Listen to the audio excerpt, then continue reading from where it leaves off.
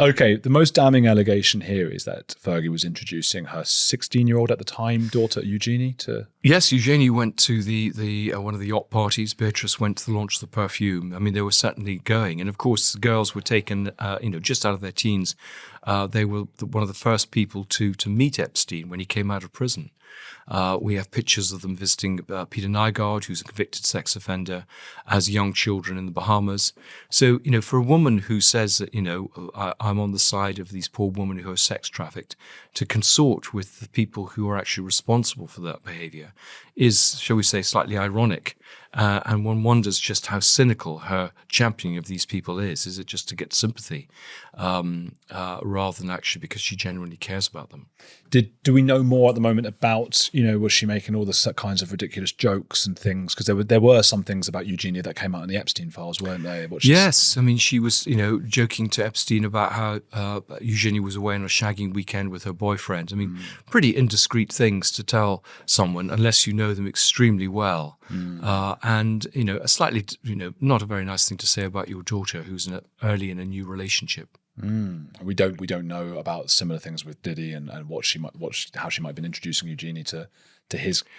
Well, who knows? I mean, as I say, other people are following up on the research. I mean, I've found what I could find, and other people clearly have different sources, and I think we'll be finding other things. On the other side, there's reported to have been comments from Diddy about Eugenie. Is that right? Well, I mean, according to the boasts that P. Diddy made, he was keen to have a relationship with the children as well. Well, the posts, like Twitter or something, was it? Well, this is something I think he kind of bragged about with members of staff. So he was telling members of staff because it was something about her coming of age and he couldn't wait to... Yes, exactly. What a piece of shit that guy is. It's and remarkable, those children, what they were exposed to. They're now adults, I suppose, aren't they? I mean, is there evidence in their behaviour that they grew up in a dysfunctional family? Well, I think the thing is, Sarah Ferguson was hardly ever there, and Andrew was often away, on bases and things. So they were really brought up by nannies and police officers. So that's, I think, why they're probably a little bit more normal than they might be. But again, this personal assistant talks about a sort of ab-fab sort of lifestyle, where they're the sensible ones in the family, and Fergie's up to all sorts of things. And yeah, I think they were constantly embarrassed by their mother's actions, and they kind of distanced themselves. I mean, I think it's very revealing that Eugenie didn't tell her father about her third pregnancy, that her father had to learn about it from his ex-wife.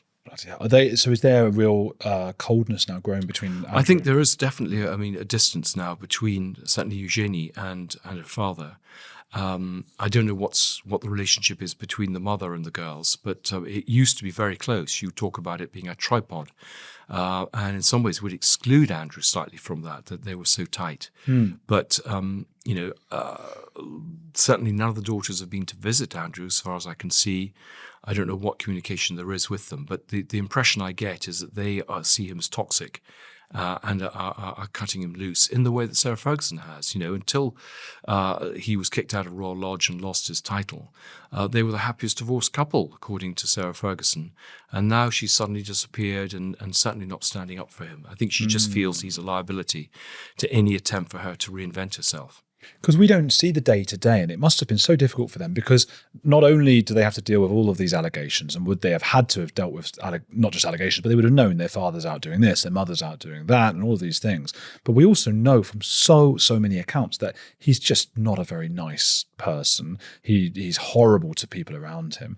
It can't have been easy growing up with a father. No, it must be embarrassing, and to read all these stories. And I mean, also to learn that instead of coming out and joining them on holiday in the Bahamas, he lingered for extra long time with young girls on Little St. James's, the Epstein Island. That's not very nice. But these stories have been circulating for about 15 years. I suppose they got used to it. I mean, I know that the families of both their husbands, are embarrassed by this. There are some tensions there, because you would think marrying into the royal family is a bit of a kudos, but I think there was a sense that actually the boys have married beneath them by marrying these girls. Because are they quite sort of... I shouldn't call them girls, they're women. They're almost 40. Okay.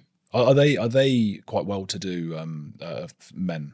Well, Edo, who's married to Beatrice, is an Italian aristocrat. Went to Radley and Edinburgh University. Jack Brooksbank, I think, was at Stowe, and comes from a very good family. So these are respectable sort of middle class or aristocratic men. And they've married down. Well, that's, I think, the feeling that the family have. The whole thing is so funny, isn't it? That social thing. I don't think about whether my wife or I married up or down with one another. Yes, I know. Well, but for these sort of people, these sort of things do matter. The social, is that still alive and well? I think so. I think there's still a lot of snobbery, and I think there's still a lot of people who defend the royal family because of that. There's still a lot of deference to members of the royal family in a sense that somehow they can behave exactly as they want and are given a free pass, even if the activity is pretty sleazy or it's illegal.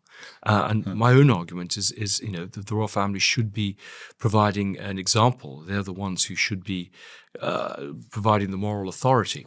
Rather than actually taking advantage of their position to make money for themselves. Yeah, would that were the case, but that they were actually quite, took their position seriously. I'm interested in that class thing just for a second, because I'm always explaining to people from other countries that in the UK it seems that everybody describes themselves or other people as either working class or middle class. I never ever hear anything other than those two, and yet there must exist people who are upper middle, but I never hear that in England. I'd certainly never hear upper class. But would these people describe themselves as, oh, I'm upper class? No, I do. I think people are seen as a bit gauche to do that. But people know who are upper class just from the way they speak, or where they've been educated, or where they live. People will say, I suppose, upper middle class, but I think everyone's kind of trying to play down class background. It's such a funny thing we do in this country. Yeah, and middle class clearly covers a very wide range, so that's the safest thing in some ways to do. And there are a lot of middle class people who pretend to be working class. Yeah, like Harry and Meghan. Yes, well, exactly. People, kind of drop their H's and take on an estuary accent. Yes. I knew some guys at school who did that as well. My school, it became quite mockney, we called it. A mock cockney. Yeah. So anyway, let's go back to Fergie. They've called it fabricated nonsense. But I mean, why would Diddy's own former employees, what's in it for them to risk, coming out and speaking about this if it weren't true? Exactly. I mean, I think I've got enough sources saying the same thing to feel pretty confident. And I think the lawyers, feel pretty confident too. So, I'm interested to say that journalists are now, I think, going to produce some more evidence of the relationship in the coming weeks, days, I don't know. Oh my God. So I think it kind of time and time again, she's denied things which have been proved to be true. I mean, she played down the relationship with Thomas Muster, for example. Well, I've talked to people who've actually saw her go into the bedroom with him. So, and unless they were sort of playing, patience together, I think that's pretty strong evidence. Yes.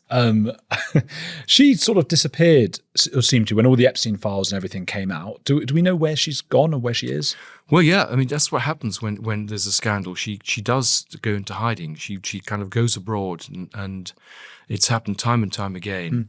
And then she kind of picks herself up and reemerges, perhaps with an interview with someone like Oprah. But I mean, there have been sightings in Doha. There have been sightings in Ireland. Someone told me she might have been in Scotland. We certainly know that she was in a spa in Switzerland, and she was photographed the other day at a spa in Austria. And I think she's probably still there. But, sounds like Bigfoot. Well, a little bit. I'm actually off to see one of my sources in Switzerland this weekend, and so I may learn a bit more when I see them. Now, more to come out. People, please go and get Andrew's book Entitled. I've got a link to his brilliant podcast down below as well. Hit the like here and keep watching this channel. Can I ask you a favor? Please subscribe. 90% of you are not subscribed, so if you sub, it will help the channel and I'll keep making these clips.